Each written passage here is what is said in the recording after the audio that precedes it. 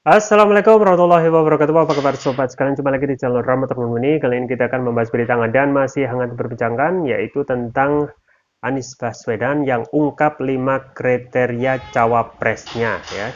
Jadi dan ini disampaikan ya oleh Anies pada saat momen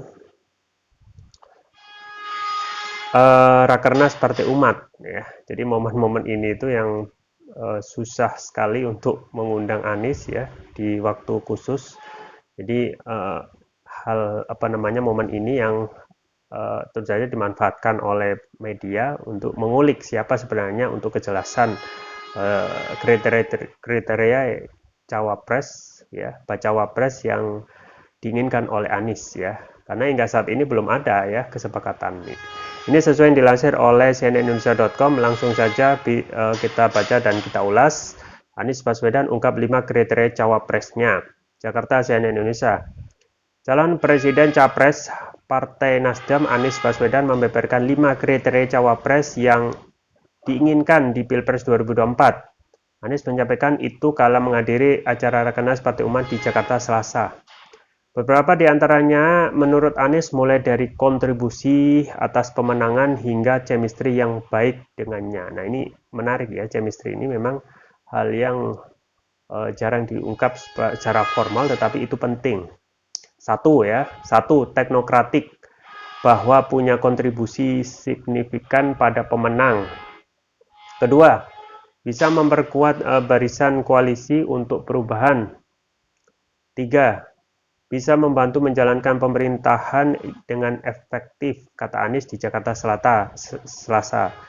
Keempat, harus memiliki garis perubahan yang sama. Dan terakhir, yang kelima, memiliki chemistry yang kuat, tambah Anies. Ia pun mengklaim masih akan terus mendengarkan masukan-masukan dari berbagai pihak soal ini, salah satunya dari Partai Umat. Tentu akan mendengarkan dari semua. Harapannya juga mendengar dari Pak Ketum, ujarnya. Kendati telah diusung oleh Nasdem, ya, Partai Demokrat dan PKS sebagai capres, hingga kini Anies masih belum mendapatkan pendampingnya sebagai cawapres. Di tempat yang sama, Anies memuji Ketua Majelis Syuro Partai Umat Amin Rais di tengah posisi dirinya menjadi bakal capres potensial Partai Umat. Anies menyebut kendati Partai Umat merupakan partai yang baru lahir, namun diisi oleh orang yang memiliki segudang pengalaman. Tidak ada wajah baru, ini orang-orang berpengalaman, kata Pak Amin, MS Kaban, dan semuanya adalah pengalaman. Casing ya baru, tapi semuanya punya rekam jejak perjuangan, katanya.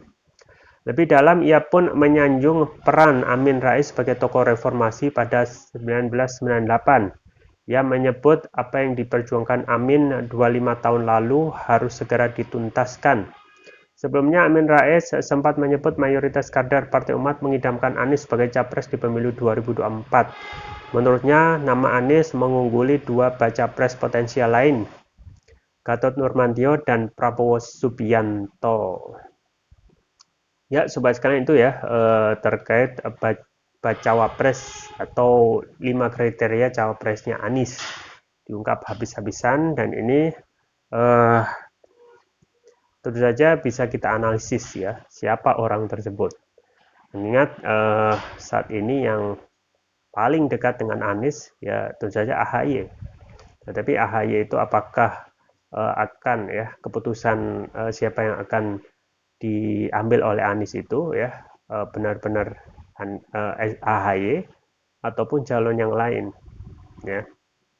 Nah memang saat ini kalau kita melihat manuver Anies sudah jauh ya melesat ke depan ya ibarat lomba maraton ya Anies itu sudah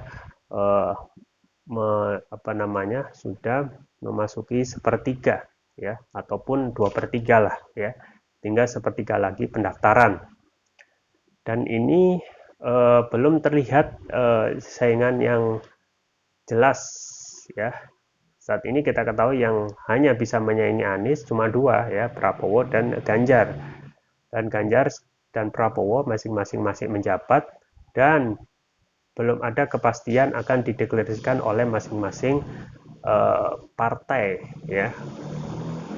Kalau Prabowo sudah pasti ya KIR ya, Koalisi Indonesia Raya, tetapi untuk Ganjar kita ketahui masih ada permasalahan internal dengan PDIP yang hingga saat ini belum ada juntrungnya ya. Apakah nanti Ganjar posisi atau kondisinya sama seperti Presiden Jokowi pada waktu itu yang PDIP mau tidak mau ya mengumumkan ya the last minute ya, menit-menit terakhir siapa yang akan dideklarasikan sebagai capres, dan pada waktu itu ya pada saat kondisi tersebut ya seakan diprank ya dalam tanda kutip ya, karena dikepung oleh mayoritas survei yang menaikkan elektabilitas Presiden Jokowi gitu ya.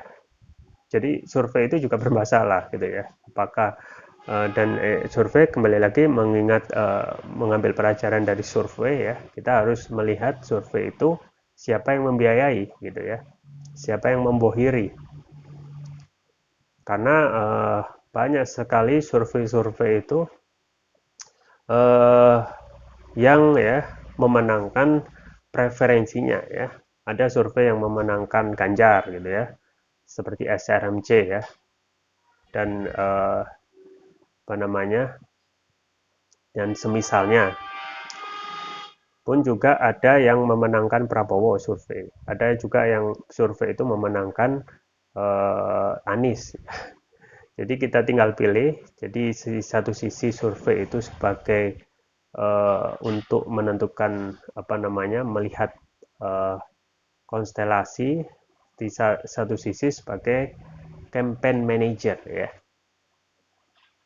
Nah saat ini memang masyarakat ataupun para pendukung Anies ya, termasuk media juga penasaran siapa sih sebenarnya yang ingin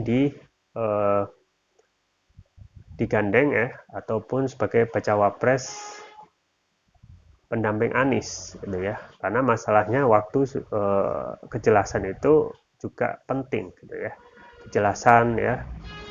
Itu yang saat ini ya tentu saja apa namanya menjadi persoalan bagi Coman ya yang terpaksa membubarkan apa namanya GP Mania karena belum ada kejelasan. Jadi kejelasan itu juga hal yang sederhana tapi penting juga. Kita ketahui Ganjar Pranowo meskipun sudah salah satu apa namanya calon yang mempunyai elektabilitas tinggi yang satu-satunya penantang berat Anies itu tidak segera dideklarasikan ya. Nah khawatirnya ya kalau terlalu lama ditunda ya angin surga itu justru ya akan dinikmati sepenuhnya oleh Anies. Apalagi kalau Ganjar tidak ada yang mengusungnya ya, atau nanti pada akhirnya cuma ada dua misalnya atau tiga ya, Anies melawan Prabowo melawan KIB yaitu Erlangga. Maka tentu saja Anies akan menang mudah ya, sama seperti kemewahan SBY pada Pilpres 2009 ya. Saat itu kemewahan luar biasa, bahkan disandingkan dengan tiang listrik pun bisa menang ya, dan alhasil SBY bisa memenangkan dengan 60% ya, kemenangan yang belum pernah diraih oleh presiden manapun ya, bahkan oleh Presiden Jokowi sekalipun. Dan apakah Anies dengan konstelasi sekarang yang begitu moncer elektabilitasnya dan banyak dilulukan oleh para pendukungnya, ini termasuk juga para grassroots ya, grassroots dari partai yang elitnya itu justru masih masuk dalam koalisi istana, misalnya P3 itu grassrootsnya ya, misalnya Forum Kapa Membangun ya sudah mendeklarasikan Anies gitu ya, pun juga untuk PAN ya, grassrootsnya juga ada. Jadi sekarang Anies justru malah dikepung oleh sebagian besar pendukung yang tidak sabar untuk melihat Anies itu jadi presiden, dan ini tentu saja akan menjadi tamparan dan juga sesuatu yang dapat mendesak ya koalisi-koalisi partai yang lain untuk segera mendeklarasikan ya, untuk menentukan ya kejelasan siapa yang akan apa namanya, dideklarasikan sebagai baca pres. Kita ketahui ya, KIP itu sudah dideklarasikan awal, tetapi hingga saat ini belum ada kepastian ya. Dan kita ketahui terkesan ya ada saling menunggu ya. Kita ketahui Golkar ya dengan suara signifikan ya, kurang lebih 85 kursi. Ini ternyata juga masih menunggu, tetapi suara Golkar itu ya sangat potensial ya, hanya cukup menggandeng satu partai saja itu sudah bisa untuk mendeklarasikan satu baca pres. Jadi Golkar itu satu-satunya partai yang sangat fleksibel, bisa ke kanan, bisa ke kiri, ya, dan tergantung ya selama era pemerintahan di Indonesia ini ya sangat fleksibel sekali ya, dan bisa melihat keinginan pasar ya, siapa yang akan menang ya, kontestasi elektabilitasnya yang tren ya, itu Golkar cenderung bisa masuk dalam ceruk ya tren pasar gitu ya. Nah sekarang kita lihat Anies ya, Anies sekarang sudah banyak dielulukan ya, di mana-mana sudah diteriakin presiden-presiden. Bahkan ketika Prabowo itu hadir dalam acaranya sendiri ya, justru yang diteriaki Anies ya. Ini persoalan.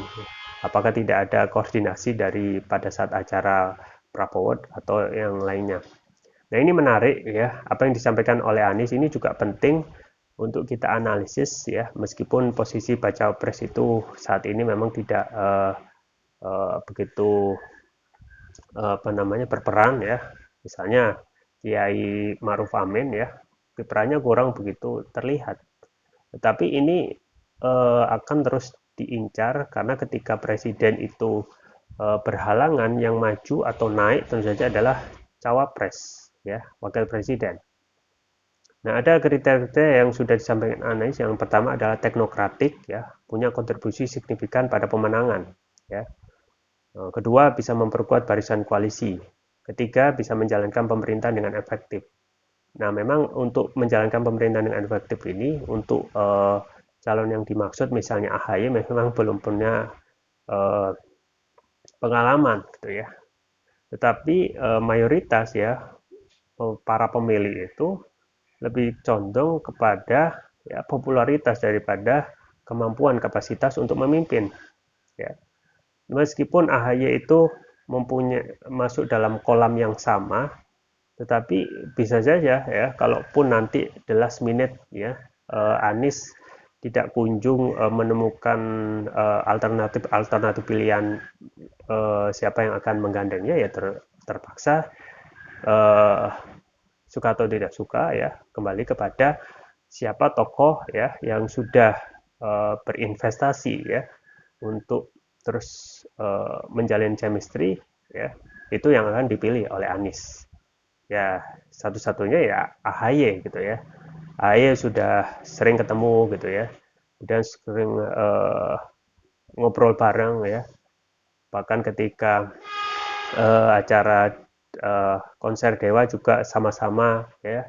Artinya ini hal yang sudah terlihat ya, kecocokan dari hal chemistry ya. Jadi chemistry itu kecocokan ya. Chemistry itu yang menentukan ya orang tersebut gitu ya. Kedua orang tersebut. Jadi ketika seseorang itu bisa ngomong berjam-jam, artinya sudah terbentuk chemistry ya. Nah, saat ini yang benar-benar memiliki chemistry yang bisa kita lihat ke permukaan memang AHY. Belum terlihat apa namanya calon yang lain yang sering dikunjungi oleh Anies. Memang ada calon yang lain yaitu Kofifa, tetapi Kofifa itu di Surabaya ya belum pernah ya Anies itu mengunjungi. Kalaupun nanti benar-benar jadikan alternatif ya, tentu saja Anies juga harus menyiapkan waktu, tenaga untuk bolak-balik ya Jawa Barat dan Jawa Timur ya. Surabaya itu lumayan meskipun 1 jam, tapi melihat kesibukan Anies yang saat ini sibuk ya, meskipun sudah non-job ya setelah Gubernur DKI Jakarta selesai, tetapi kita ketahui konsolidasi dan juga agenda-agenda Anies itu ya juga sangat sibuk sekali gitu ya. Jadi memang kedepannya akan tentu saja ya dengan waktu yang begitu mepet, dengan waktu pendaftaran baca pres dan baca pres akan segera gitu ya terlihat siapa yang lebih banyak menginvestasikan waktu ya dengan Anies untuk membangun chemistry ya. Kalau tidak dibangun dengan sekarang misalnya dengan Kofifa gitu ya. Kofifa konon sudah dikunjungi Prabowo 2 kali untuk dalam tanda kutip membangun chemistry ya. Jadi terkesan ada saling rebut siapa yang akan mendapatkan Kofifa untuk digandeng menjadi baca pres dalam Pilpres 2024. Itu saja yang bisa saya sampaikan, semoga bermanfaat. Jangan lupa like, share, dan subscribe. Sampai jumpa lagi. Wassalamualaikum warahmatullahi wabarakatuh.